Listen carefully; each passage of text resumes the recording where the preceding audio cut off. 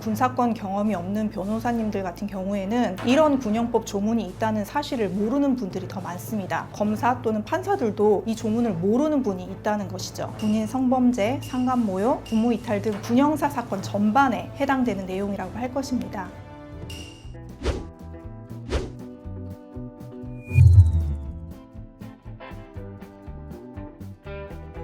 안녕하세요. 법무법인 발을정 군인방위산업센터의 김민지 변호사입니다.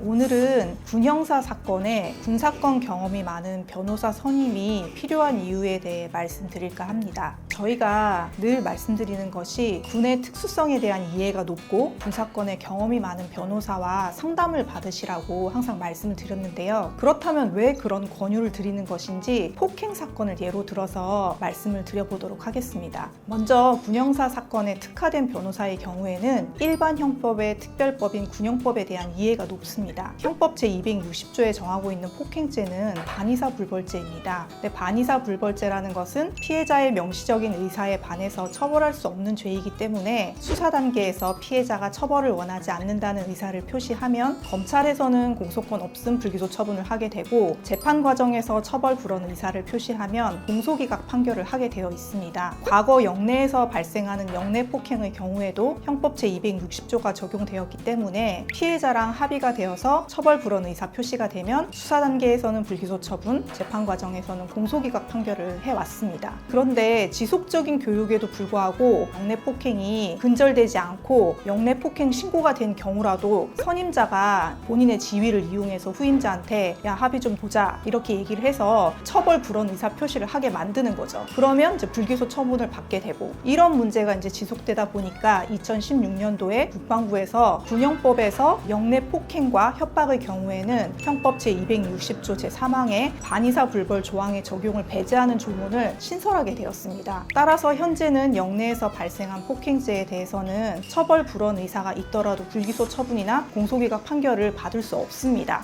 처벌 규정이 이렇지만 군사권 경험이 없는 변호사님들 같은 경우에는 이런 군형법 조문이 있다는 사실을 모르는 분들이 더 많습니다. 그렇다 보니까 상담 과정에서 합의만 되면은 이거는 불기소 처분 받을 수 있습니다. 이렇게 상담을 해주는 경우가 있는 거죠. 또한 피의자 또는 피고인의 전역으로 사건이 이게 군검찰 또는 군사법원에서 민간검찰 또는 민간법원으로 이송된 사건의 경우에는 합의되었다는 이유로 공소권 없음 불기소 처분을 하거나 공소기각 판결하는 사례도 있었습니다.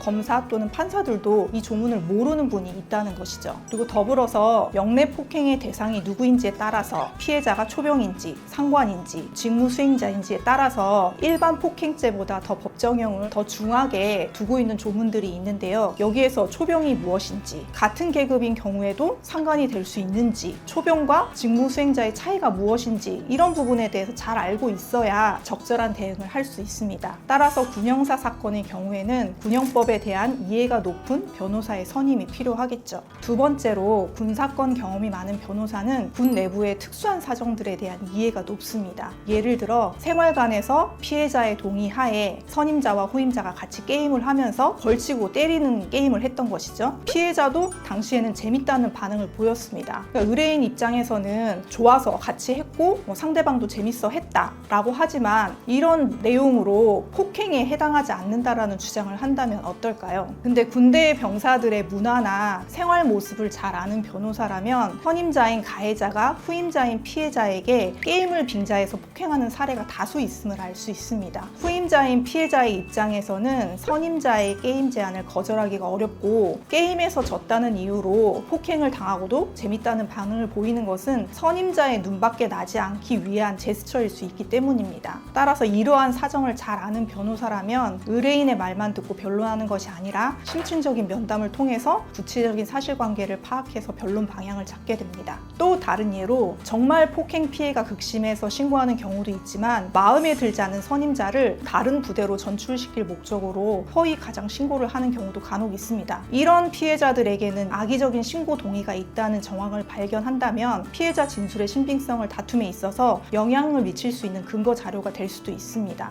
이런 군내 병영 문화나 군대 조직 내부에 시행되고 있는 규정과 지침에 대해서 잘 알고 있는 변호사라면 개별 사건에 맞는 적절한 대응 방법을 모색하는 것이 유리하다고 할 것입니다. 지금까지 군 형사 사건에서 왜 군사건 경험이 많은 변호사의 선임이 필요한지 영내 폭행 사건을 예로 들어서 말씀을 드렸습니다. 이런 내용들은 영내 폭행을 포함해서 군인 성범죄, 상간모욕, 부모이탈 등 군형사 사건 전반에 해당되는 내용이라고 할 것입니다. 따라서 군 형사 사건으로 조사를 받게 되는 경우라면 군사건의 경험이 많은 변호사에게 상담 받아보시기를 바랍니다.